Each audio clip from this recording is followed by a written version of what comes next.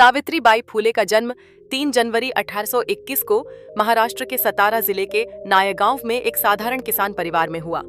उनके माता पिता उन्हें पढ़ाना नहीं चाहते थे, क्योंकि 19वीं सदी का भारत, जहां स्त्रियों को शिक्षा से वंचित रखा गया था, जहां बाल विवाह आम बात थी और विधवाओं का जीवन घोर पीड़ा में बीतता था।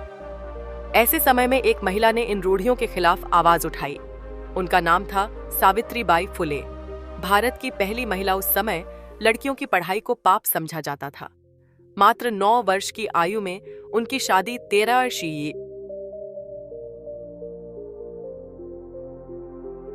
वर्षीय ज्योतिराव फुले से हो गई, लेकिन यही विवाह उनके जीवन की दिशा बदलने वाला था।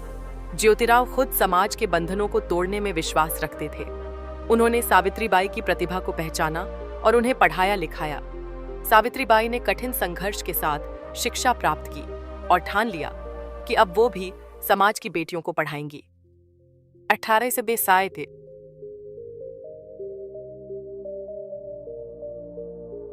पुणे के भिड़ेवाड़ा में सावित्रीबाई फुले और ज्योतिराव फुले ने मिलकर पहला बालिका विद्यालय खोला। सावित्रीबाई स्वयं उस स्कूल में पढ़ाने लगीं और यहीं से इतिहास रचा गया। वो भारत की पहली महिला शिक्षिका बनी, लेकिन यह राह आसान नहीं थी। जब वो स्कूल जाती, तब कट्टरपंथी लोग उन पर गोबर और पत्थर फेंकते, उन्हें गालियां दी जाती। लेकिन सावित्रीबाई हर दिन एक दूसरी साड़ी साथ लेकर चलती थीं, ताकि गंदे कपड़ों में छात्राओं को पढ़ाने न जाना पड़े। उनका एक ही लक्ष्य था, बेटियों को शिक्षित करो, तभी समाज बदलेगा। सावित्रीबाई सिर्फ शिक्षा तक सीमित नहीं रहीं। उन्होंने विधवाओं की दुर्दशा देखी, जिनका समाज में कोई स्थान नहीं था।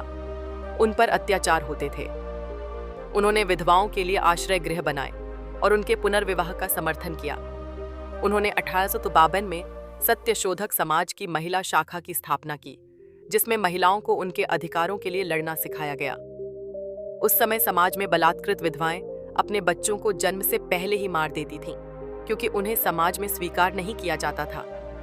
इस पीड़ा को समझते हुए सावित्रीबाई और ज्योतिराव ने बाल हत्या प्रतिबंधक गृह की स्थापना की, जहां ऐसी महिलाएं सुरक्षित माहौल में बच्चे को जन्म दे सकती थीं। सावित्रीबाई ने सिर्फ सामाजिक काम नहीं किए, बल्कि उन्होंने अपनी लेखनी से भी महिलाओं और दलितों को प्रेरित किया। उनकी प्रमुख काव्य कृतियां थीं। 1897 में पुणे में प्लेग फैल गया। सावित्रीबाई ने बीमारों की सेवा के लिए अस्पताल खोला। वे खुद बीमारों को कंधे पर उठाकर अस्पताल लाती थीं। एक दिन एक बीमार बच्चे को अस्पताल ले जाते हुए वो खुद प्लेग की चपेट में आ गईं और 10 मार्च 1897 को उनका निधन हो गया। उन्होंने सेवा करते करते अपने प्राण त्याग दिए। यह किसी योद्धा की ही नहीं, एक मां जैसी ममता वाली क्रांतिकारी की कहा। आज सावित्रीबाई फुले के नाम पर देश में कई विश्वविद्यालय, स्कूल, योजनाएं और पुरस्कार हैं।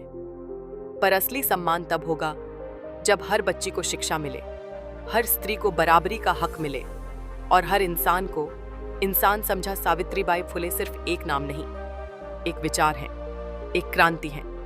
उन्होंने यह साबित कर दिया कि एक शिक्षित नारी पूरे समाज को बदल सकती है।